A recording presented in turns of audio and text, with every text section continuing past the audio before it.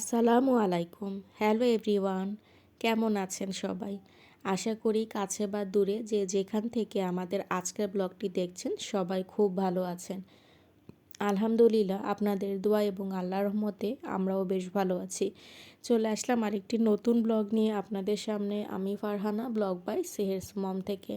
আজকের ব্লগটি শুরু করেছি আমার আম্মুর বাগানের একাংশ থেকে। এটা হচ্ছে আমাদের বাসার নিচে বাউন্ডারির সাইডে একটা মাচা করা হয়েছিল সিম এবং বরবটির জন্য। তো ওইখানে আমার খুব বেশি একটা যাওয়া হয় না। তো নিচে গিয়েছিলাম একটা কাজে, তখন মনে হলো একটু বাগানটা ঘুরে যাই। তখন দেখলাম যে আমাদের গাছে বেশ কিছু বরবটি এসেছে এবং আমরা প্রায় 2-3 দিন অলরেডি খেয়েছি অল্প অল্প করে। এই বছরই আমাদের বরবটিটা বেশ ভালোই হচ্ছে প্রথম থেকে।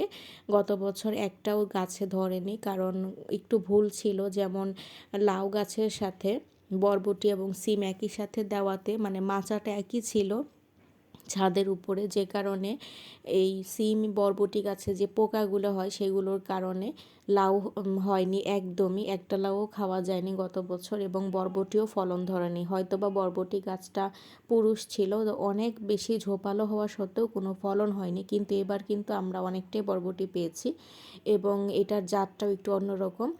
খুব বেশি বড় হয় না, একটু খাটো খাটো, কিন্তু তার সাথে একটু বাদামি বা হচ্ছে খয়েরি রঙের একটু দাগ আছে। কিন্তু খেতে কিন্তু খুব ভালো। দেখলে অনেক সময় মনে হবে যেন হয়তো নষ্ট হয়ে গেছে, কিন্তু না, এটার জাতটাই এরকমের। খেতে বেশ সুস্বাদু। আর তার সাথে আমি আবার ছাদের উপর একটা বেডে কিছু শাক আম্মু লাগিয়েছিল, সেটাও সকালে তুলে নিয়ে আসছি। আর তার সাথে কিছু গাছের টাটকা বেগুন ছিল। আর এবছর কিন্তু আমার আম্মু মাত্র 2টা ক্যারেটে কিছু পরীক্ষামূলকভাবে অল্প করে আদা লাগিয়েছিলেন। তো এইটাই হচ্ছে এবছরের আমাদের আদার মানে ফলন, বা এই প্রথমই আমরা আদা চাষ করলাম। তো আম্মু খুব বেশি একটা ফেলেনি, ভেবেছিল যে হবে কি না কে জানে। অল্প করেই কিছু, মানে যেসব আদা ঘরে থাকলে একটু গাছ বের হয়ে যায়, ওখান থেকে একটু একটু মাথা ছিঁড়ে নিয়ে আম্মু 2টা ক্যারেটের মধ্যে লাগিয়েছিল। কিন্তু ওগুলো যে এত বেশি পরিমাণ হয়ে যাবে সেটা আম্মু বুঝতে পারেনি, যে কারণে গাছগুলো অনেক বেশি ঘন হওয়াতে ফলনটা একটু কম হয়েছে বলতে, মানে যে সাইজটা একটু বড় হতো হয়তো বা, কিন্তু লাস্টের দিকে ক্যারেটকে একদম মানে মাটির চাপে ক্যারেটটা ফেটে গেছে।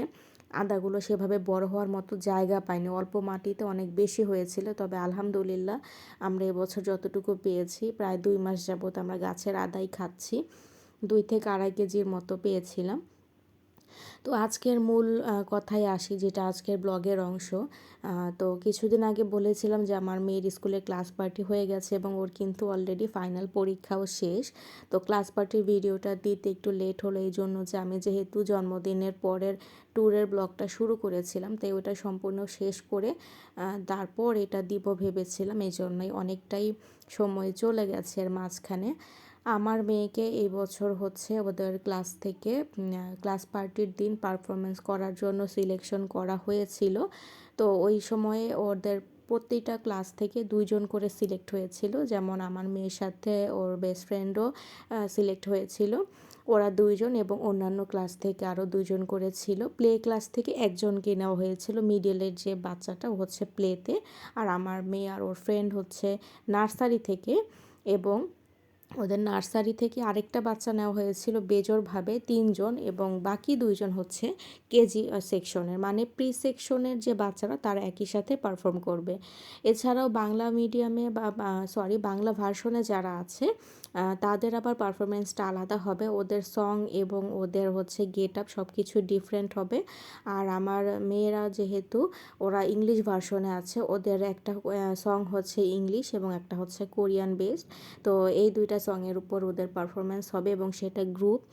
এই কারণে সবাইকে একসাথে হচ্ছে রিহার্সাল করানো হচ্ছিল স্কুলে। ক্লাস ছুটি হয়ে যাওয়ার পরে যখন সবাই চলে গিয়েছিল, তো প্রথমে একদিন ম্যামরা হচ্ছে ক্লাসের একটা যে কোনো ক্লাস খালি করে নিয়ে ওখানে হচ্ছে একদিন করিয়ে দিয়েছিল, আর আমাদেরকে একটা ভিডিও পাঠানো হয়েছে, যেটা দেখে আমাদেরকে ম্যাম বলেছিলেন বাসায় একটু প্র্যাকটিস করিয়ে নিয়ে আমরা তারপর ওদেরকে সবাইকে একসাথে করে স্কুলে আবার একটু শিখিয়ে দেব, যাতে ওদের সবাই একই সাথে তালটা মিলাতে ভালো হয় বা ওরা বুঝতে পারে কখন কোন স্টেপটা মিউজিকের সাথে করতে হবে।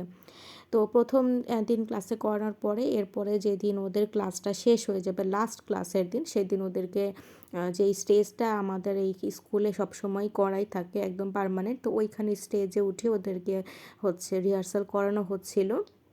আর ওই দিন যেহেতু শেষ ক্লাস, তাই অন্যান্য ক্লাসের বাচ্চারাও খুব দুষ্টুমি করছিল, মানে অনেক খেলাধুলায় তারা ব্যস্ত। যেহেতু আজকের পর আর এই বছর ক্লাস হবে না, তাই সবাই অনেক আনন্দ করছিল। তো ম্যামরা ওই দিন একটু আসলে ডিস্টার্ব ফিল করছিলেন যে বারবার অন্য বাচ্চার স্টেজে উঠে যাচ্ছিল। আর ওই বাচ্চারাও যেহেতু ওরাও ছোট ছোট, তাই ওরা নাচ বাদ দিয়ে বারবার আশেপাশের বাচ্চাদের খেয়াল করছিল, যে কারণে ম্যামরা একভাবে বলে দিচ্ছিল, ওরা আবার অন্যমনস্কভাবে সেগুলো অত ভালো করে করতে চাচ্ছিল না। আবার ক্লাসের পরে বেশিরভাগ বাচ্চারাই খিদায় একদম পাগল হয়ে গেছে। আমার মেয়েও তো খুব একটু পরে মোড়ামুড়ি শুরু করে দিল যে আম্মু আমার তো ক্ষুধা লেগে গেছে, এখন আর করতে ইচ্ছা করছে না। তো এই কারণে ম্যাম বললেন যে আমরা আজকে অল্প একটু করিয়ে দিই, আমাদের যেহেতু আগামীকাল মানে এক্সামের আগের দিন বন্ধ ছিল, তাই বলেছিলেন যে ওই দিন সকালবেলা যেন আমরা নিয়ে যাই। তো ক্লাস শেষ করে যখন বাসায় এসেছিলাম, তখন এসে দেখলাম যে আম্মু আবার আমার মেয়ের জন্য স্পেশাল কিছু রান্না বান্না করে রেখেছে। আর এগুলো ও যেহেতু একটা পারফরমেন্স করবে, এই জন্য ওকে যা চেয়ার আপ করার জন্য সুন্দর করে রান্নাগুলো করা হয়েছিল। দুঃখিত, একটু ভুল হয়েছে, সেটা এই খাবারের আয়োজনটা আমার ফুপির তরফ থেকে ছিল, কারণ ওই দিন আমার ফুপাও এসেছিলেন গ্রাম থেকে। তো এই কারণে ফুপি আমার মেয়ের জন্য আর কি স্পেশালভাবে আলাদা করে রান্না করে দিয়ে গেছে, যে ওকে স্কুল থেকে আসলে ওকে দিবে। তো এরপর আমরা সবাই মিলেই খেয়েছিলাম আর কি। আমার মেয়ে তো বাসায় এসে দেখে খুব খুশি। তারপর সন্ধ্যার সময় তাকে আবার বাসায় প্র্যাকটিস করানো হচ্ছিল। তার খালামণি অবশ্য প্রথমে তাকে করাতে গিয়ে একটু ফেড আপ হয়ে যাচ্ছিল, যে ও ঠিক মতো করতে চাচ্ছিল না, আর ঘুম থেকে উঠে একটু মন খারাপ ছিল। তো লাস্টের দিকে ও আর কি মোটামুটি শিখে গিয়েছিল। তো ভাবলাম যে এর পরের দিন যখন স্কুলে নিয়ে যাব, তখন সবাই মিলে একসাথে মিউজিকের তালে করলে হয়তো বা ঠিক হয়ে যাবে। এই কারণে পরের দিন আবার সকাল সকাল আমাদেরকে যে টাইমটা দেওয়া হয়েছিল, ওদের গ্রুপের জন্য টাইম দেওয়া ছিল সকাল 11টা থেকে। ওদের শেষ হওয়ার পরে আবার বাংলা ভার্সনের প্র্যাকটিস শুরু হবে। তো এই জন্য আমরা একটু তাড়াহুড়া করে আগে গিয়েছিলাম, যাতে করে আমাদের লেট না হয়ে যায়। আর পরীক্ষার আগে আসলে খুব বেশি সময় আমরা কেউই নষ্ট করতে চাচ্ছিলাম না। সব গার্ডিয়ানদের একটাই কথা ছিল যে ম্যাম ওদেরকে যাই করান একটু তাড়াতাড়ি করে ছেড়ে দিয়েন, কারণ এটা তো আসলে কোনো কম্পিটিশন না, যা সবাই মিলে একটা প্রোগ্রামে আনন্দ করবে, সেটার জন্য একটু পারফরমেন্স করা। তো এটা যে খুব বেশি পারফেক্ট হতে হবে আমাদের ওরকম কোনো ইন্টেনশন ছিল না। বাচ্চারা যাতে সবাই মিলে একসাথে একটু মজা করে এটাই দেখার বিষয়। তাছাড়া এসব যে ছোট ছোট প্রোগ্রামগুলো, এগুলো অ্যাটেন্ড করলে কি হয়, স্টেজের প্রতি বাচ্চাদের যে ভীতিটা বা যে সংকোচ বোধটা, সেটা অনেকটাই কেটে যায়। গত বছর আমি ওকে আরও দিয়েছিলাম, সেটা পহেলা বৈশাখের সময় একটা যেমন খুশি তেমন সাজতে অংশগ্রহণ করিয়েছিলাম। তারপর 21শে ফেব্রুয়ারিতেও একটা আবৃত্তি অনুষ্ঠানে দিয়েছিলাম, যদিও বা তখন ওর ওইভাবে প্রিপেয়ার করার মতো সময় ছিল না। তবুও দিলাম যে থাক, প্রথম স্টেজ পারফরমেন্স ও যাক, গিয়ে কি করে দেখি পারবে কি না, সেটা পরের কথা। তো এভাবেই আস্তে আস্তে ও কিন্তু অনেকটা রিল্যাক্স হয়ে গেছে। তো আগামী বছর যদি ওকে কোনো কিছুতে নাম দেই, তখন হয়তো বা আগের থেকে একটু বেটার করবে। তো এগুলো নিয়ে আমি কখনোই খুব বেশি সিরিয়াস হই না, যে এইটাতে নাম দিলেই ওকে কিছু একটা পেতে হবে বা অনেক বেটার করতে হবে, তা নয়। স্কুল জিনিসটাই একটা এনজয়ের জায়গা, কারণ আমরা যখন বড় হয়ে যাব তখন এই মেমোরিগুলো কিন্তু আমাদের সাথে থাকবে। বড় হওয়ার পরে লাইফগুলো অনেক বেশি কমপ্লিকেটেড হয়ে যায়, তখন এই জাতীয় স্মৃতিগুলো আমরা সবসময় মনে করি। তাই আমি চাই প্রত্যেকটা মোমেন্ট ওর অনেক আনন্দে কাটুক, সেটাকে আমি কোনো চাপের ভিতর রাখতে চাই না। বিশেষ করে পড়াশোনার বাইরে এই এক্সট্রা কারিকুলামগুলো, এগুলো আমি চাই যে ও সবসময় নিজের মনের খুশিতে করুক। তো এই জন্যই আর কি ওকে নিয়ে যাওয়া। তো আমরা এরপর আবার 12টার ভিতরে বাসায় চলে গেছি। এরপরে একদিন নেক্সট ডেতে ওদের ক্লাস পার্টি হবে। তারপর তো আবার একদিন বন্ধ দিয়ে শনিবার থেকে ওদের পরীক্ষা স্টার্ট হয়ে গেছে। তো ওদের প্রোগ্রামটা কেমন হয়েছিল সেটা ইনশাল্লাহ আমি পরবর্তী পর্বে আপনাদের সাথে শেয়ার করব।